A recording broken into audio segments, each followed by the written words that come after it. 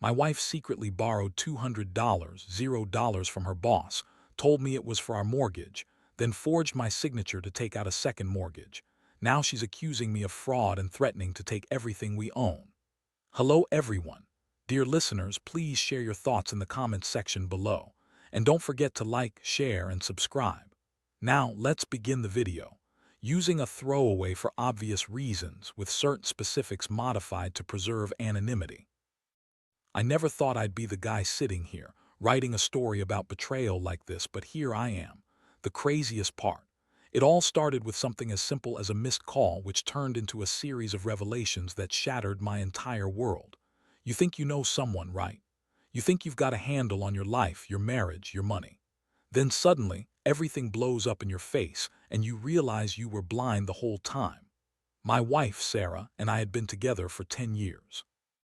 We got married young, built a decent life, and for a while everything seemed fine.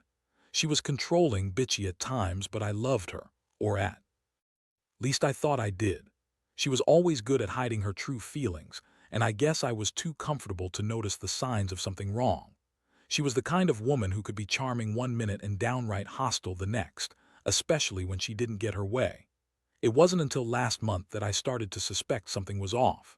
Small things, missing money from our joint account, strange phone calls she'd hide from me, late nights she'd claim were work emergencies.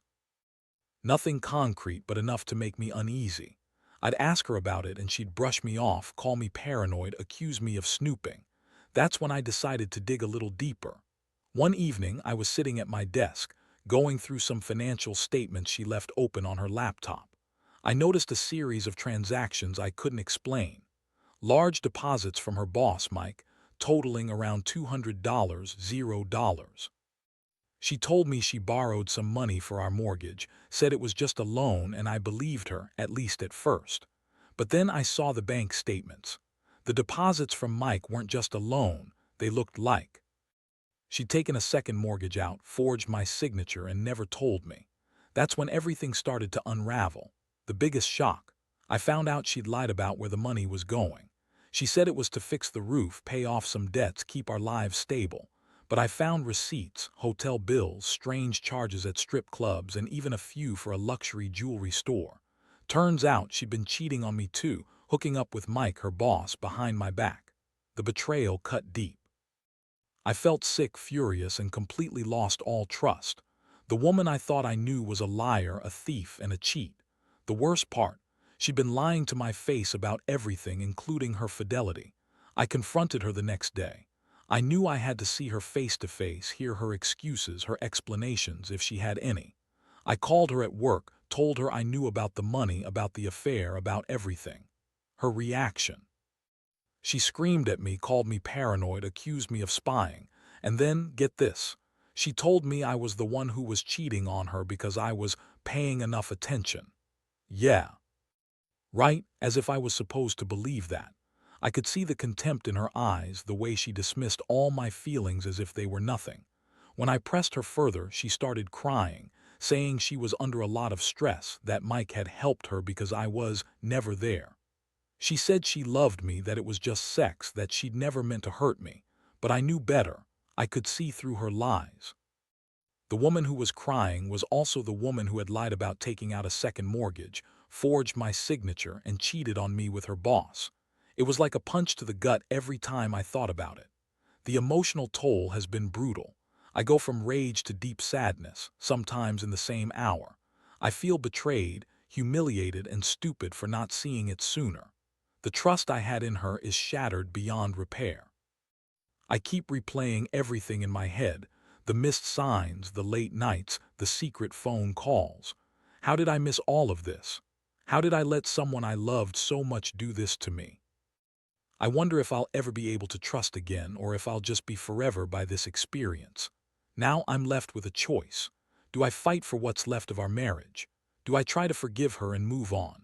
Or do I cut my losses and walk away? Honestly, I don't know what to do. Right now, I just feel numb, like I've been punched in the stomach so many times I don't even have the energy to feel angry anymore. But I do know one thing. I need to figure out what's best for me, because staying in this mess isn't an option anymore. After I confronted Sarah that day, everything changed. The house felt heavier, like the walls were closing in on me. She kept crying, insisting it was all a mistake, that she didn't mean for things to get so out of hand. She threw in a bunch of lies, saying she only took the money because she was desperate, that she never cheated on me, and that Mike was just a business friend.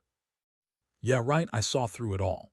The way she lied with a straight face, the way she refused to admit anything concrete, it was infuriating. I couldn't stay in that room with her. I needed space to breathe, to think. I went out for a walk, trying to clear my head, but every step felt like I was dragging a heavy weight behind me. I kept replaying our marriage, the good times, the bad, the lies, the betrayals. It was like I'd been living in a bubble, and that bubble just burst. I wondered how I could have missed all of this, how I didn't see the signs, how I didn't protect myself from the lies.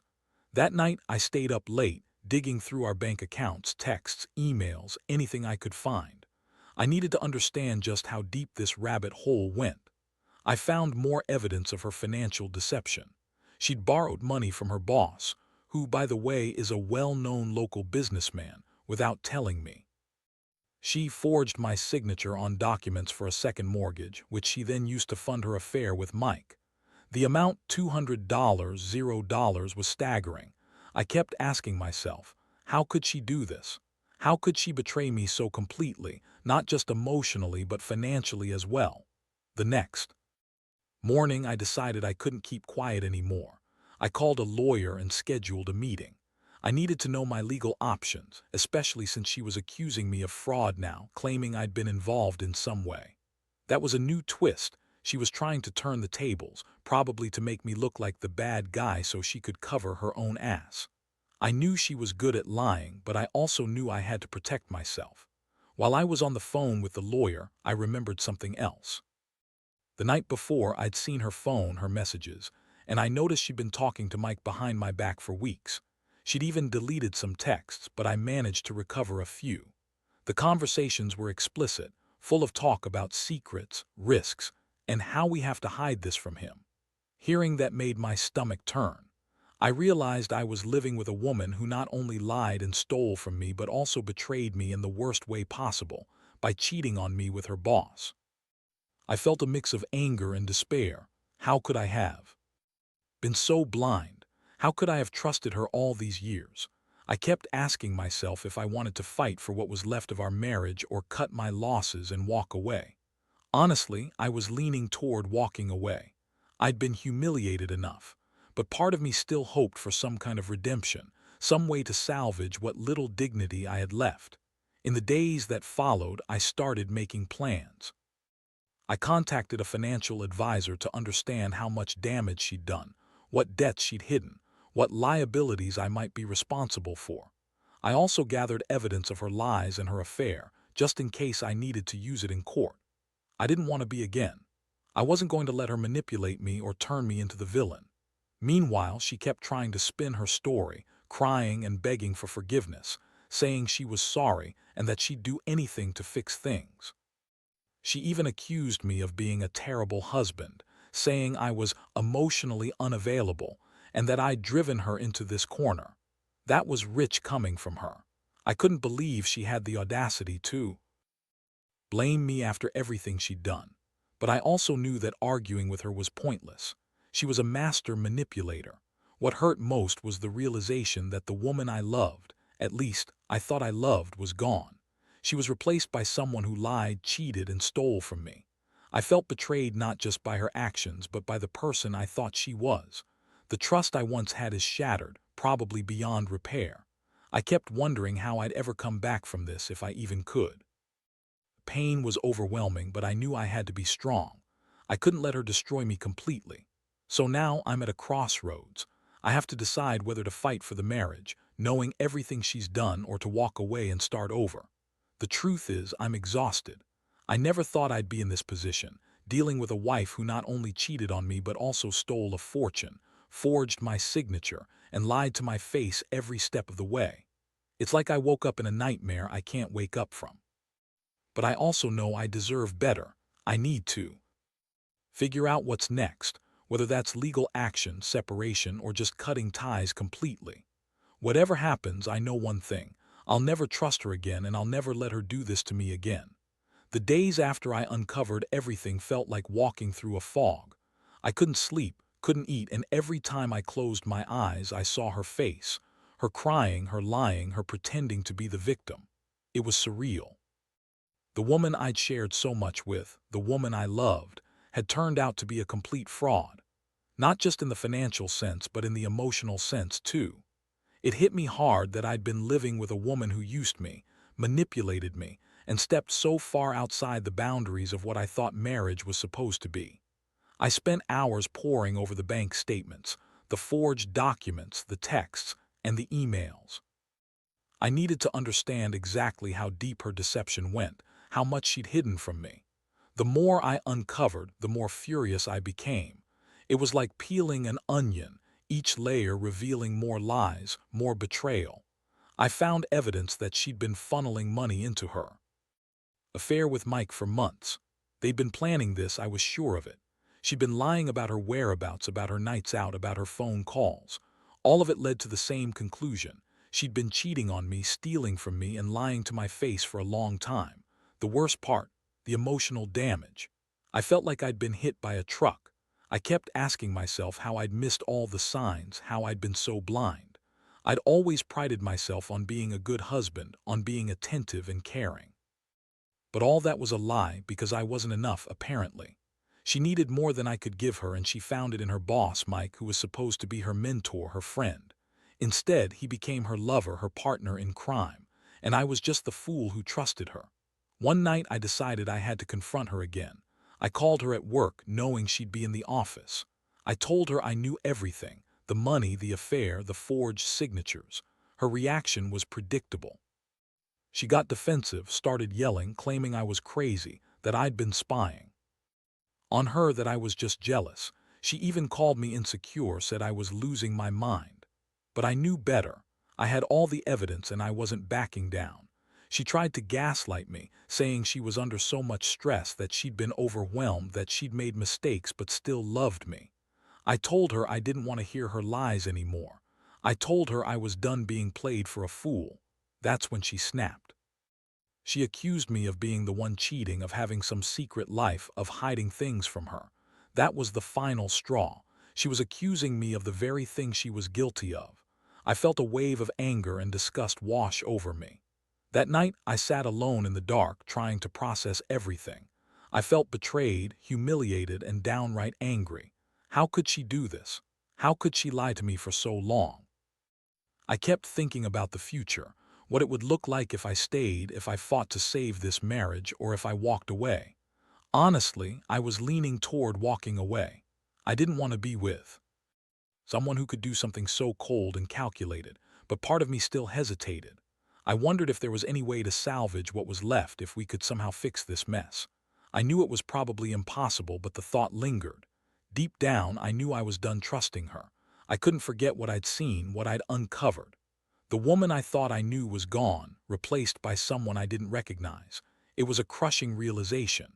In the days that followed, I started making plans. I contacted a lawyer, gathering all the evidence I could find. I wanted to understand my legal options, especially since she was now accusing me of fraud. I needed to protect myself, my assets, and my reputation. I also reached out to a financial advisor to see what kind of damage she'd done to our joint account and what liabilities I might be responsible for. I wasn't going down without a fight. Meanwhile, she kept trying to contact me, begging, crying, insisting she loved me and that she'd do anything to fix things. She even accused me of being the one who was unfaithful, claiming I had a secret life I hiding. That made me laugh bitterly. I knew her game. She was trying to shift the blame to make herself look like the victim, but I saw through her. Her tears didn't feel real anymore, they just felt like another manipulation. Honestly, I was exhausted. Every day felt like a battle, and I didn't know how much more I could take. The emotional toll was enormous. I'd been betrayed in the worst way imaginable, and I was left questioning everything: my judgment, my trust, my entire life with her. I'd been living in a nightmare, and I was desperate to wake up. But I knew I couldn't undo what had been done. All I could do now was figure out what the next step was, whether to fight for justice or to cut my losses and walk away for good. Either way, I knew I'd be forever changed by this experience. The decision to move forward wasn't easy, but I knew I couldn't stay stuck in the same place. It felt like my life had been turned upside down, and honestly, I didn't recognize myself anymore. Every time I thought about what Sarah had done, borrowing that huge sum from Mike, forging my signature, cheating behind my back, it made my blood boil. But at the same time, I felt this crushing sadness. I had trusted her. We built a life together and she just threw it all away for some fleeting affair and a pile of lies. I started taking concrete steps. First, I hired a lawyer. I needed to understand my legal standing, especially with her accusing me of fraud now. I gave her everything I had: bank statements, texts, emails, the forged documents. The lawyer told me I had a strong case to protect my assets, and that I could pursue legal action to recover some of the money she'd stolen. That was a small comfort, but it made me feel like I wasn't completely powerless. Meanwhile, I also reached out to a financial advisor. I wanted to know exactly how much damage she'd done to our joint accounts and what liabilities I might be on the hook for. Turns out, the second mortgage she forged my signature on was a huge problem. The bank was threatening legal action, and I had to respond quickly.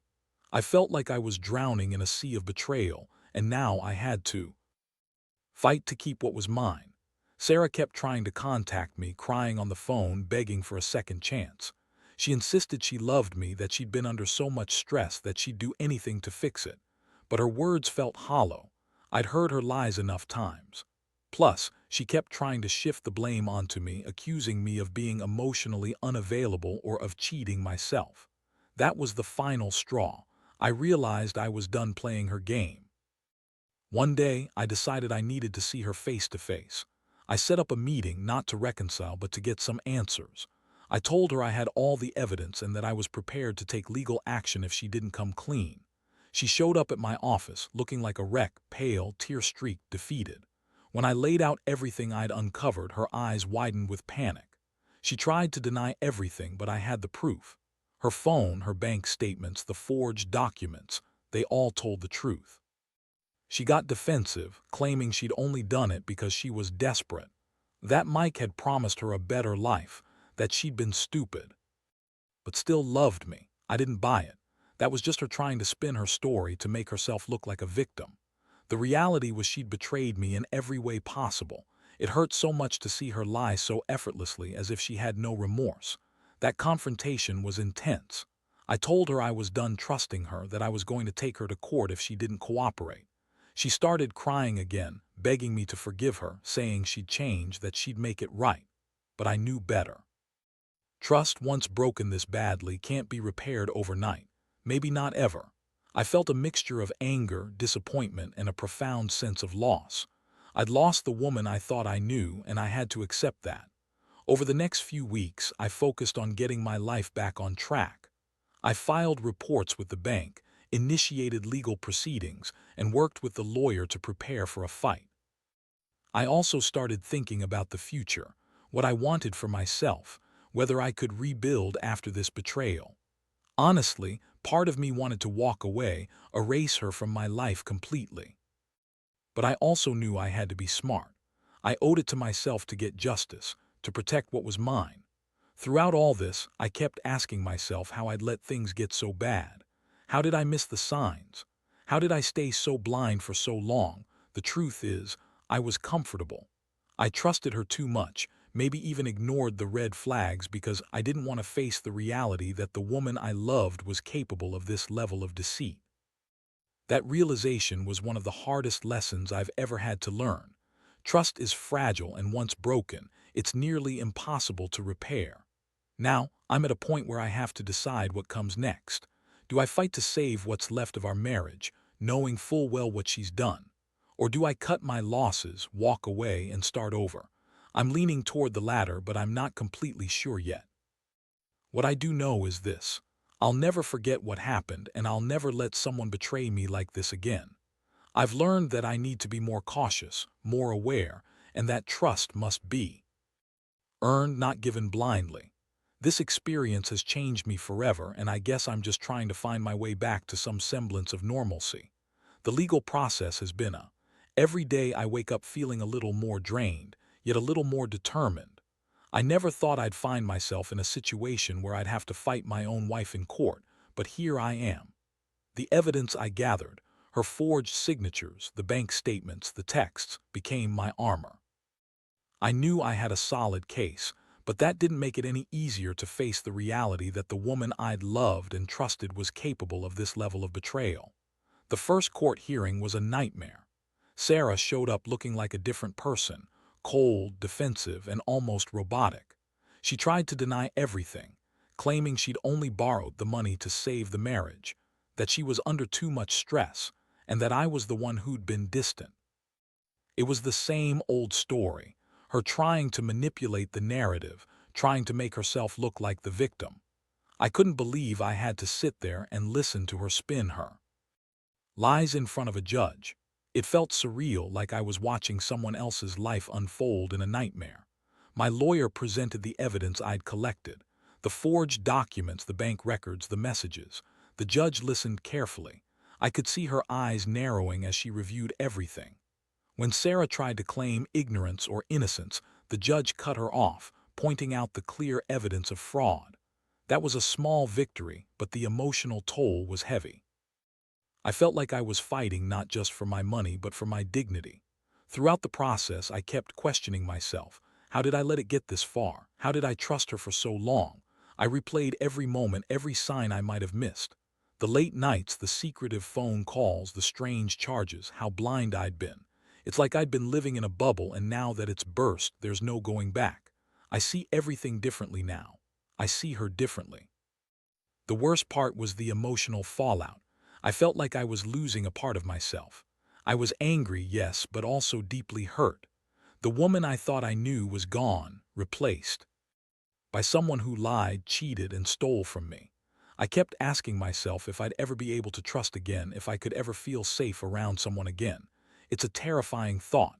I'd always believed in loyalty, in honesty, in the vows we took. Now, I wonder if those vows even meant anything to her. As I went through the legal motions, filing for divorce, seeking restitution, I also realized I had to start rebuilding my life from scratch. I wasn't just fighting for money. I was fighting for my sanity, my sense of self, my future. I started therapy, trying to process everything. It's been a long road, and honestly, some days are better than others. I still wake up with that hollow feeling, like I've lost something irreplaceable. One thing I learned through all this is that betrayal cuts deeper than most people realize. It's not just about the money or the affair. It's about the trust you give someone, the life you build together, the dreams you share. When that trust is shattered, it's like your entire foundation crumbles. I found myself questioning everything. What's real, what's fake, who I am now. It's a lonely, confusing place to be. But I also learned that I'm stronger than I thought. I didn't give up even when everything looked bleak. I fought for my rights, my dignity, and my future. I know I can't undo what's been done, but I can control what happens next. I've come to accept that sometimes people change, sometimes they reveal who they really are when it's too late. And I've learned to trust my instincts more, to listen to that little voice inside that says, something's not right. So now, I'm just trying to move forward. I don't know exactly what that looks like yet, but I know I won't let her betrayal define me. I'll rebuild my life piece by piece, and I'll do it without her. Trust is something I'll have to earn again, but I'm willing to take that risk, just not with her. The pain will fade, I hope, and someday I'll find happiness again. For now, I'm just taking it one day at a time, learning to live with the scars she left behind. Looking back now, I realize that this entire experience has changed me in ways I never expected. I used to think trust was something you could give freely, that love meant believing in someone no matter what. Turns out, trust is fragile, something you have to protect, something that can shatter in an instant if you're not careful. I learned that the hard way. Sarah was supposed to be my partner, my confidant, the person I'd share my life with. Instead, she turned out to be the biggest betrayal I ever faced. The aftermath has been a long, painful process. I've gone through days filled with anger, nights haunted by her lies and moments where I questioned everything, my judgment, my worth, my future. But in the midst of all that chaos, I also discovered a strength I didn't know I had. I learned that I could stand up for myself, fight for what's right, and rebuild from the ruins of a broken marriage. The financial toll was brutal, but it was also a wake-up call. I realized I'd been too trusting, too comfortable in my life, and I let my guard down. Now I'm more cautious, more aware. I've learned to keep my eyes open, to ask questions, to not ignore the red flags just because I didn't want to face the truth. Trust is earned, not given. Blindly, something I'll carry with me for the rest of my life. Despite everything, I don't regret standing up for myself. I don't regret fighting for my rights or exposing her lies. It's been a painful lesson, but also a necessary one. I've come to accept that some people are just not who they seem, and sometimes love isn't enough to fix what's broken. You have to protect yourself, your heart, and your future. Now I'm focused on healing.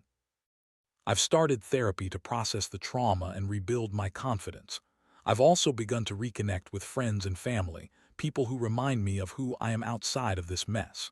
Slowly but surely, I'm finding my way back to a place of strength and clarity. I know it will take time, but I believe I'll get there. Most importantly, I've learned to trust myself again. If there's one thing I want anyone reading this to take away, it's that betrayal hurts deeply, but it also teaches you resilience. It teaches you to value yourself more, to set boundaries, and to never ignore the red flags. Love is a beautiful thing, but it's also a risk. Sometimes, the biggest lesson is that you have to be willing to walk away when someone shows you who they really are. I don't know what the future holds, but I do know I won't let this define me. I'll keep moving forward one step at a time. I'll rebuild my life piece by piece, and maybe someday I'll find someone who truly deserves my trust. Until then, I'll focus on healing, on becoming stronger, and on never allowing myself to be like this again. Because at the end of the day, the only person who truly has your back is you.